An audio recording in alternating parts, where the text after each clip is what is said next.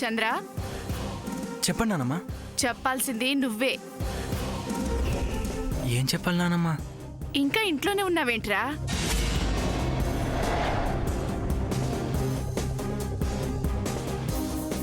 నీకప్పుడే చెప్పాను, మనలాంటి వాళ్ళకి ఈ కంపెనీలు బాధ్యతలు అవసరమా అని. ఆవిడ అడుగుతుందిగా, చెప్పరా, సమాధానం చెప్పు. చంద్ర, బాబు నిన్నే అడుగుతున్నాను. అంటే నానమ్మా అది ఇంకా ఆఫీస్కి వెళ్ళలేదా? అదే నానమ్మా. ఏది? అది ఒంట్లో బాగాలేదు నానమ్మా. ఆ? కుర్రాడు పట్టపగలే ఇంత పచ్చి అబద్ధం ఆడాడంటే ప్రేమనే ఊబిలో కూరుకుపోయినట్టే, నో డౌట్. ఒంట్లో బాగోలేదా? ఏమైంది బాబు? అది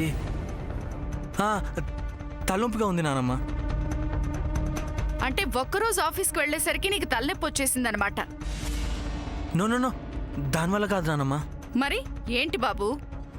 ఎందుకేంటమ్మా, లవ్ అలాగే చేయిస్తుంది.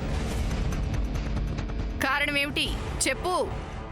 కారణం అంటూ ప్రత్యేకంగా ఏమీ లేదు. చూడు చంద్ర, ఏదైనా ఒకటి సాధించాలి అనుకుంటే ఇలాంటి చిన్న చిన్న హడల్స్ పట్టించుకోకూడదు బాబు.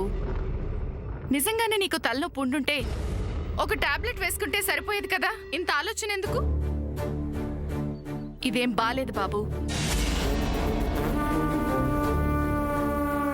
ఒక బాధ్యత చేపట్టాక మనస వాచ కర్మణ దానికే కట్టుబడి ఉండాలి. పగలు రాత్రి హార్డ్ వర్క్ చేయాలి. ఆ ఆలోచన నీకు కలగాలి బాబు.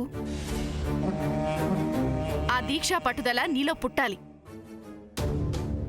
ఏదో మారం చేస్తున్న చిన్నపిల్లాడిని రోజు బ్రతిమలాడి స్కూల్కి పంపించినట్లు నిన్ను కూడా ప్రతిరోజు బ్రతిమలాడి మేము ఆఫీస్కి పంపించలేం కదా. నో నో, వెళ్తాను నానమ్మా. చూడు బాబు, ఒకటి గుర్తుంచుకో, ఎప్పుడు ఒకరికి చెప్పే స్టేజ్కి ఎదగాలి గాని చెప్పించుకునే స్టేజ్కి దిగజారకూడదు బాబు. అలాగే నాయనమ్మా.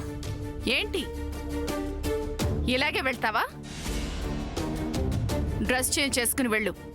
ఓకే నాయనమ్మా.